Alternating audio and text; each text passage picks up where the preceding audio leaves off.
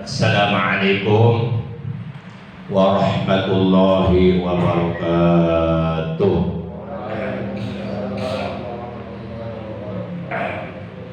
A'udzu billahi minasyaitonir rajim. Bismillahirrahmanirrahim. Alhamdulillahilladzi arsala rasulahu bil huda wa dinil haqq liyudhhirahu 'alad dini kulli walau karihal kafirun. Asyhadu an la ilaha illallah al-malikul haqqul mubin wa asyhadu anna sayyidana Muhammadan 'abduhu wa rasuluh as-sadiqul wa'dul amin. Allahumma shalli wa sallim wa barik wa karim ala khairi khalqillahi bil awwalina wal akhirin sayyidina wa habibina wa syafi'ina wa qurrati a'yunina wa maulana Muhammad wa ala alihi wa ashabihi al mujahidin al tahirin. Amma ba'da. Ma'asyiral muslimin segenap jamaah majlisul ilmi, jamaah pengajar rutin hari Sabtu ba'da subuh Musalla Nurul Hidayah RT 05 RW 07 Komplek TNI AD Umi Cibarusah Asri Ditbek Am, yang seluruhnya saya hormati rahimakumullah wa hadakumullah wa hafidhakumullah.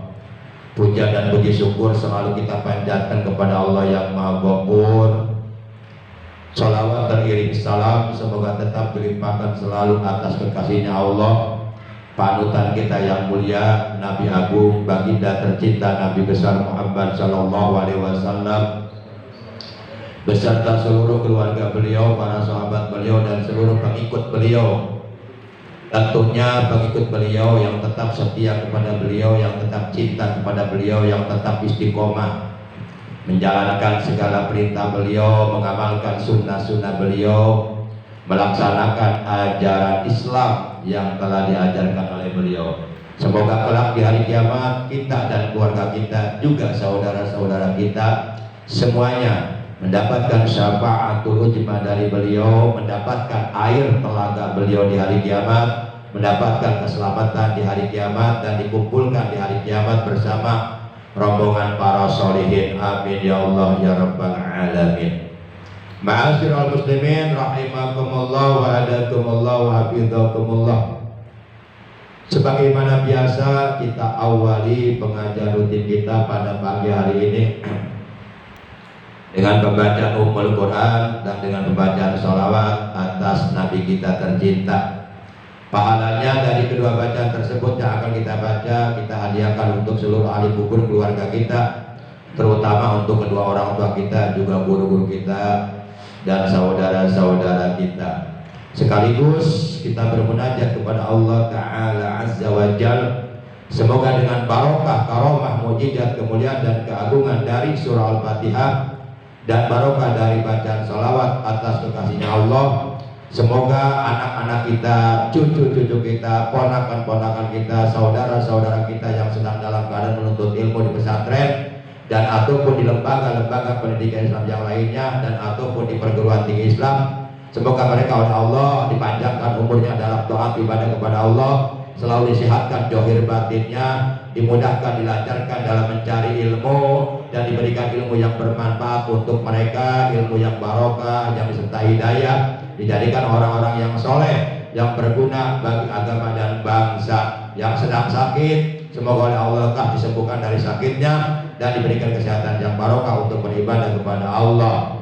Dan segala hajat kita, baik hajat dunia, hajat akhirat, oleh Allah dikabulkan. Urusan kita oleh Allah dimudahkan dan dilancarkan, selalu berada dalam pertolongan Allah Subhanahu wa Ta'ala. Seluruh para santri dimanapun mereka mondok, semoga oleh Allah selalu disehatkan, dipanjangkan umurnya, mendapatkan ilmu yang bermanfaat. Bidil ganiyatil Fatihah. A'udzu billahi minasyaitonir rajim. Bismillahirrahmanirrahim. Alhamdulillahi rabbil alamin. Ar-Rahmanir Rahim, Malik Yaumiddin. Iyyaka na'budu wa iyyaka nasta'in. Ihdinas siratal mustaqim, siratal ladzina an'amta 'alaihim ghairil maghdubi 'alaihim waladdallin. Rabbi ighfir lana wa liwalidayna amin.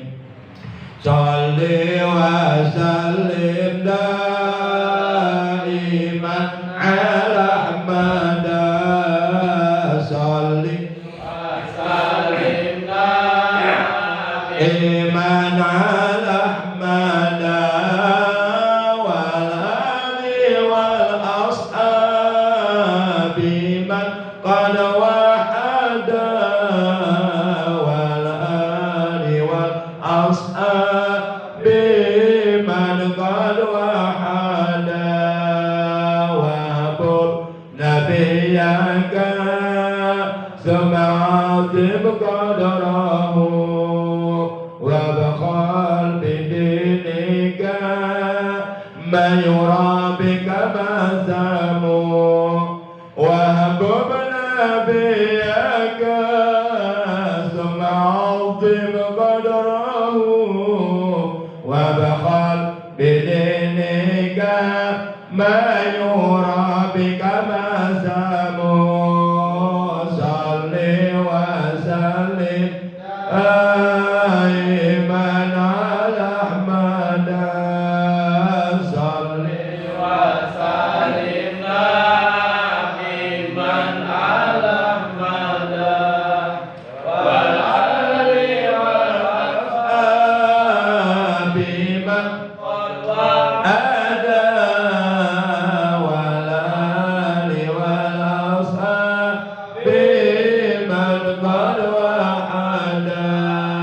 Cintailah Nabi kamu yaitu Nabi Muhammad, agungkanlah pangkat nabinya yaitu Nabi Muhammad. Balikanlah agamamu yaitu agama Islam. Membalikan agama itu tidak dipandang dosa. Salli wa sallim daiman ala Ahmad. Salli wa sallim daiman ala Ahmad wal ali wal ashabi man qad wahada wal ali wal ashabi man qad wahada. Allahumma shalli wa sallim wa barik alaihi wa ala alihi wa sahbihi. Ma'asyiral muslimin rahimakumullah wa hadakumullah wa hafidhakumullah. Setiap kita sebagai orang yang beriman kepada Allah diperintahkan oleh Rasulullah sallallahu alaihi wasallam agar selalu bersama Allah. Yakni maksudnya hubungan antara kita dengan Allah jangan sampai terputus.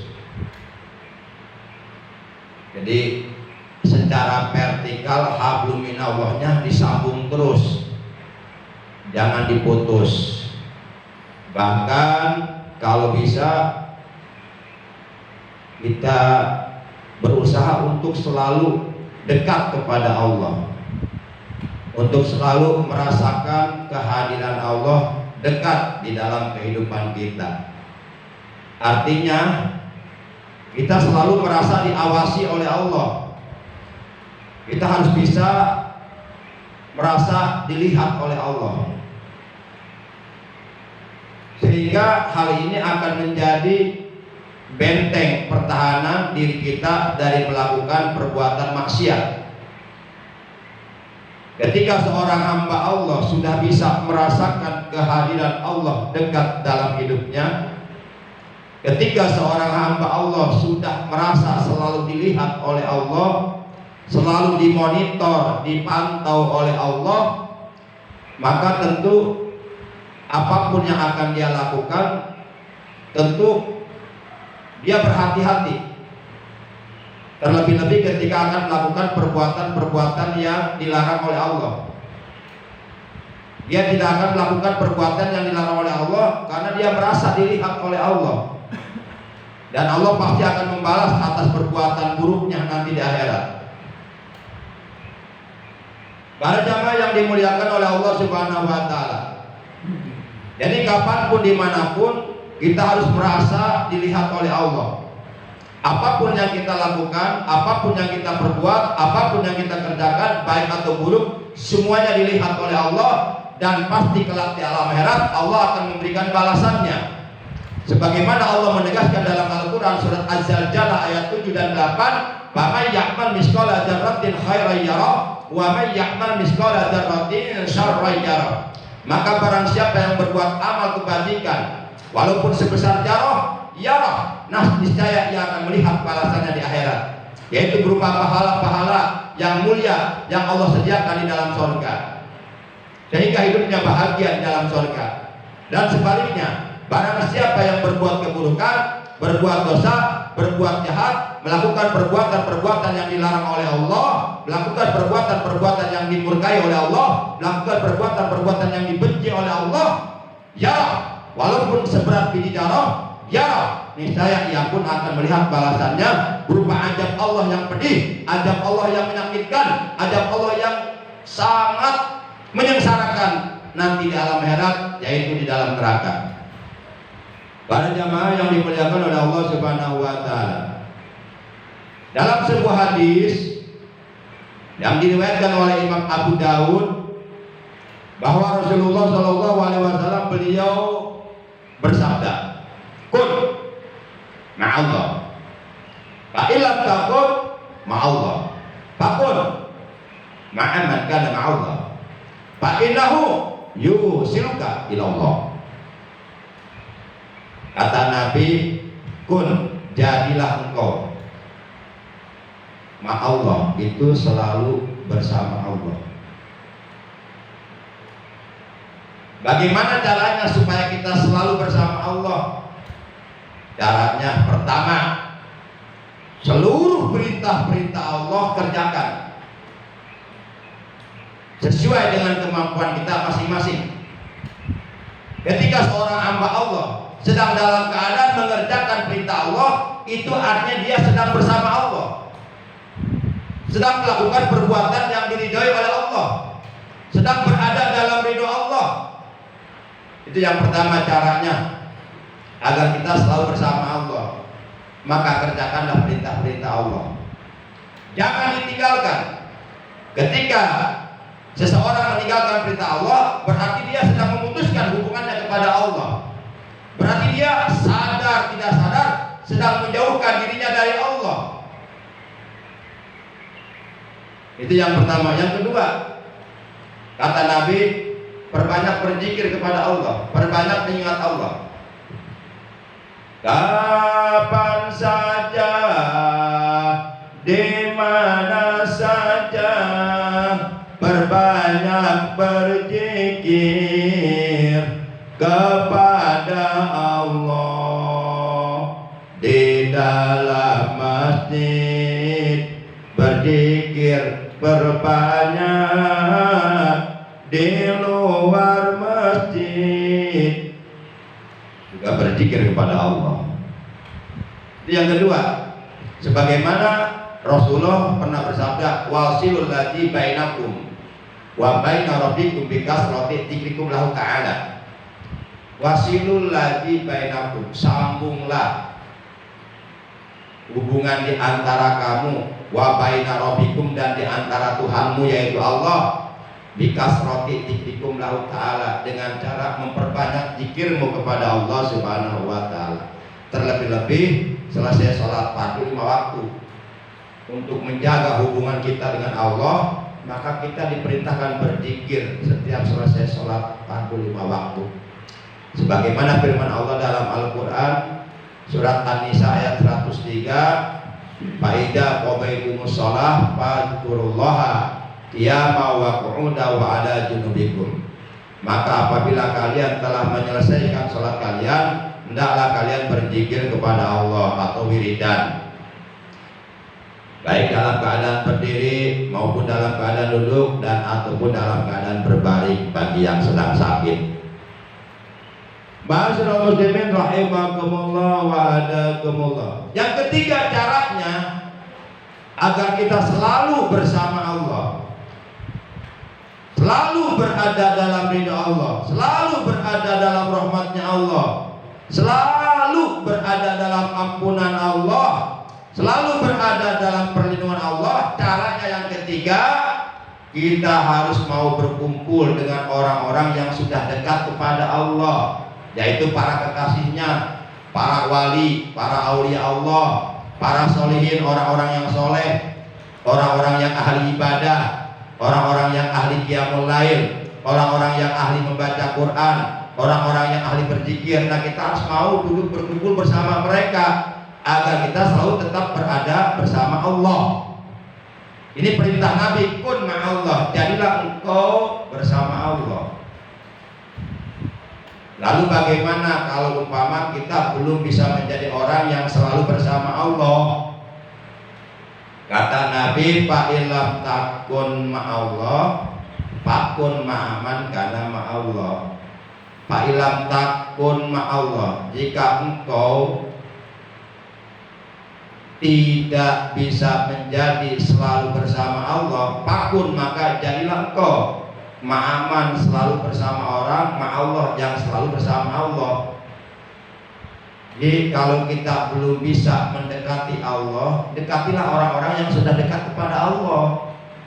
Siapa mereka? Ya para kekasihnya Allah, orang-orang yang prestasi ibadahnya kepada Allah luar biasa. Dekati mereka.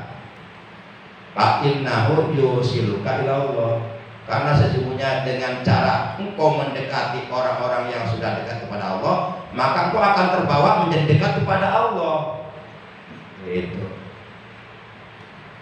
ibaratnya kalau kita sering berkumpul dengan ulama, dekat dengan ulama, ibaratnya walaupun kita bukan ulama, ya kita bau-bau ulama lah.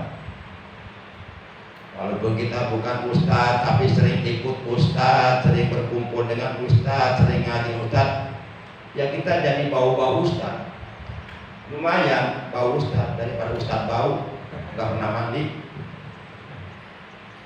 Padahal kita bukan ustadz, bukan kiai, bukan siapa-siapa, tapi oleh karena sering berkumpul dengan kiai terbawa mulia kita. Lihat kulit kalau bergaulnya dengan Quran terbawa mulia enggak? Terbawa mulia. Kulit jadi bungkus Al-Qur'an, kebawa mulia, dicium orang, ditaruh tempat yang paling tinggi karena dekatnya dengan yang mulia yaitu Al-Qur'an. Para jamaah yang dimuliakan oleh Allah, coba kalau kulit jadi sepatu, adanya di bawah. Di bawah diinjak-injak sama kita. Tapi kalau kulit jadi bungkus Al-Qur'an, di atas adanya. Para jamaah yang dimuliakan oleh Allah Subhanahu wa taala. Jadi salah satu di antara kaifiyat atau tata cara atau metode untuk kita supaya selalu bersama Allah, selalu dekat kepada Allah, merasakan kehadiran Allah dekat dalam hidup kita, selalu merasa dipantau, dimonitor, dilihat oleh Allah, dan untuk menjaga hubungan baik kita kepada Allah, di antaranya banyak berzikir kepada Allah. Jadi banyak berzikir kepada Allah, dan berzikir kepada Allah dengan sebanyak-banyaknya itu adalah merupakan perintah Allah dalam Al-Quran. Dalam Al-Quran Allah telah berfirman, ya ayyuhalladzina amanu dzkurullaha dzikran katsira. Wahai orang-orang yang beriman, berzikirlah kalian kepada Allah dzikran katsira, dengan zikir yang sebanyak-banyaknya. Kenapa dalam ayat ini Allah memerintahkan kepada orang-orang yang beriman agar berzikir kepada Allah dengan sebanyak-banyaknya? Di antaranya supaya kita tetap dekat dengan Allah, supaya hubungan kita tetap baik dengan Allah. Maka berzikirlah kepada Allah dengan sebanyak-banyaknya, kapan saja, di mana saja, dalam keadaan bagaimanapun, dalam situasi kondisi apapun, hendaklah kita ingat kepada Allah, menyebut nama Allah, berzikir kepada Allah. Jangan kosong hati kita dari mengingat Allah. Karena apabila seorang hamba Allah hatinya kosong dari mengingat Allah, maka syaitan akan menelan hatinya. Sebagaimana Rasulullah menjelaskan dalam sabdanya, inna syaitana wadi'un utmatahu ala qalbi ibni Adam. Sesungguhnya syaitan itu musuh kita. Syaitan itu musuh kita, dan syaitan itu memusuhi kita, memusuhi Nabi Adam beserta seluruh keturunannya, yaitu kita. Kata Allah dalam Al-Quran, innahu lakum aduwwum mubin. Sesungguhnya syaitan itu musuh kamu yang nyata. Maka jangan sekali-kali menjadikan syaitan sebagai teman. Jangan sekali-kali kita meninggalkan ibadah kepada Allah, akhirnya kita didekatin sama syaitan. Akhirnya kita jadi temannya syaitan. Kalau sudah menjadi temannya syaitan, nanti hidupnya enggak karuan, berantakan, dan di akhirat ditempatkan di neraka menemani syaitan. Karena syaitan tempat kembalinya neraka, dan syaitan sudah tahu bahwa tempat kembalinya neraka.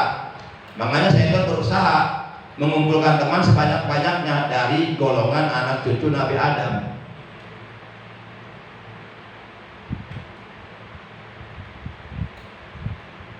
Nah, apabila hati manusia lalai dari berzikir kepada Allah, kata Nabi, itu hatinya akan ditelan. Inna syaitana wadi'un hutmatahu ala qalbi ibni Adam. Kata Nabi, sesungguhnya syaitan selalu menempelkan hidungnya di hati manusia. Wa idza dzakarallaha khanasa. Apabila manusia itu hatinya menyebut nama Allah, berzikir kepada Allah, ingat kepada Allah, itu syaitan yang sedang dalam keadaan menempelkan hidungnya di hatinya, dia lari. Karena di hatinya ada nama Allah,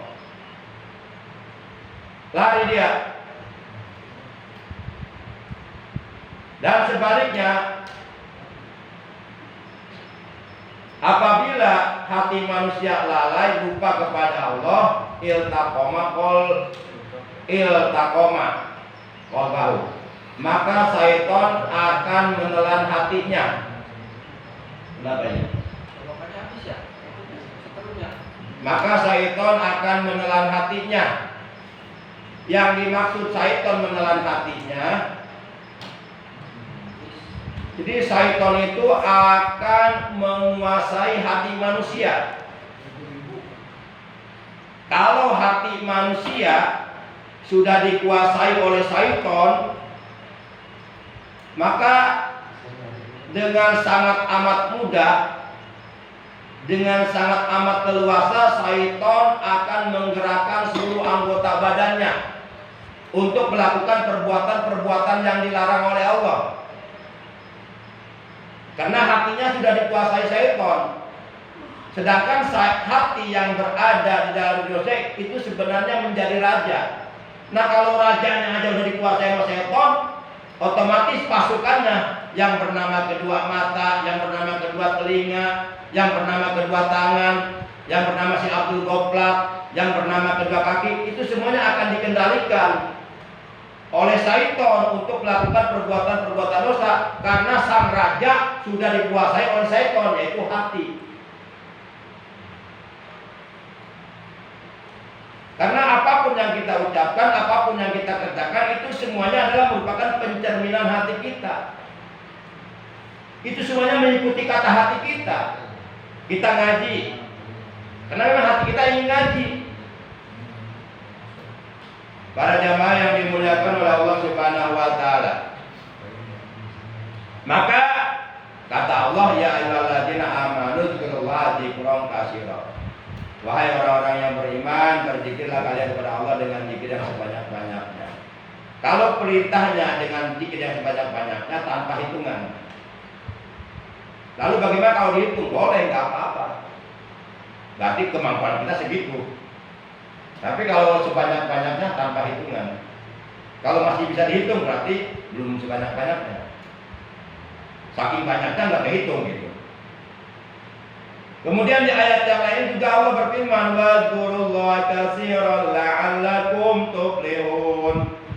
Wadzurullaha, dan berzikirlah kalian kepada Allah katsiran, dengan sebanyak-banyaknya. La'allakum tuflihun, supaya kalian menjadi orang yang beruntung. Karena pahala berzikir itu lebih baik daripada pahala menginfakkan emas dan perak di jalan Allah. Bapak punya emas sekilo, Bapak punya perak sekilo, Bapak infakkan di jalan Allah untuk fakir miskin, yatim piatu dan sebagainya. Nah, pahala berzikir lebih baik dari pahala itu. Walaupun Bapak bersedekah berinfak emas dan perak masing-masing sekilo, masih lebih baik pahala berzikir kepada Allah. Tapi kayaknya kalau umpama Bapak punya emas perak sekilo, kayaknya nggak infak kan? Kenapa? Sayang. Sudahlah kita belum ada kemampuan untuk berinfak emas dan perak sekilo, ya berzikirlah. Dia zikir itu, infak itu. Hari pahala zikir hayang menang di surga. Pahala berzikir itu lebih baik dari infak emas dan perak. Bahkan kata Nabi, pahala berzikir itu lebih baik daripada mati syahid, gugur di medan perang, membela agama, melawan orang-orang kafir. Mana hadisnya? Yuk kita buka hadisnya. Rasulullah Shallallahu Alaihi Wasallam, beliau bersabda di hadapan para sahabatnya saat itu. Kata Rasulullah, ala unabbiukum bi khairi a'malikum wa azkaha inda malikikum wa arfa'aha fi darajatikum wa khairi lakum min infaqid dhahab wal warqi wa khairi lakum min antal qawaduwakum fataribu annakum wa yadribu annakum. Nah, saat itu Rasulullah bertanya kepada para sahabatnya. Kata Rasulullah, maukah kalian aku tunjukkan, aku kasih tahu buat kalian sebaik-baiknya amal bagi kalian, sesuci-sucinya amal di hadapan Tuhan kalian. Ala nabiyikum bi khairi a'malikum wa azkaha inda malikikum, sesuci-sucinya amal di hadapan Tuhan kalian. Wa arfaha fi darajatikum, dan setinggi-tingginya derajat kalian, yang pahalanya jauh lebih baik daripada pahala infak emas dan perak. Wa khairul lakum min antal qawaduakum, dan pahalanya lebih baik daripada pahala engkau menghadapi musuh-musuhmu di medan perang, membela agama. Wa tadribu anakum, engkau penggal leher mereka. Wa yadribu anakum, dan mereka pun memenggal lehermu sehingga engkau mati gugur di medan perang membela agama. Maukah aku tunjukkan amalan yang lebih baik dari itu? Qalu bala ya Rasulullah. Saat itu para sahabat menjawab, bala ya Rasulullah. Ya kami mau ya Rasulullah. Amalan apa itu? Rasulullah bersabda, zikrullah, berzikir kepada Allah. Para jamaah yang dimuliakan oleh Allah Subhanahu wa taala. Nah, itu salah satu di antara kaifiat tata cara usaha kita, ikhtiar kita. Satu, dalam rangka untuk menjaga hubungan baik kita kepada Allah. Yang kedua, dalam rangka untuk supaya kita lebih dekat kepada Allah. Karena kalau manusia dekat kepada Allah, insya Allah Allah akan memberikan ketenangan di hatinya. Allah akan memberikan ketentraman di batinnya. Allah akan memberikan kedamaian di jiwanya. Dan ketenangan hati, ketentraman batin, kedamaian jiwa, itu adalah merupakan tangga yang paling utama dan pertama untuk kita bisa meraih bahagia dunia dan akhirat. Harta membuat orang bahagia, tapi bukan jaminan mutlak. Lalu dengan banyak harta orang bisa bahagia. Berapa banyak orang yang hartanya berlimpah ruah, tapi pusing melulu dengan berbagai masalah. Dan harta bukan segala-galanya. Tapi kata Allah, "Ala bidzikrillah tatma'innul qulub." Ingatlah, dengan berzikir kepada Allah hati akan tenang. Setiap manusia pasti membutuhkan ketenangan hati. Kalau hati tenang maka jadi enak, tidur jadi nyenyak. Tapi kalau hati gundah gulana, resah gelisah, tepara rubuh, maka dia mau ngenah, mau nikmat. Yang terakhir,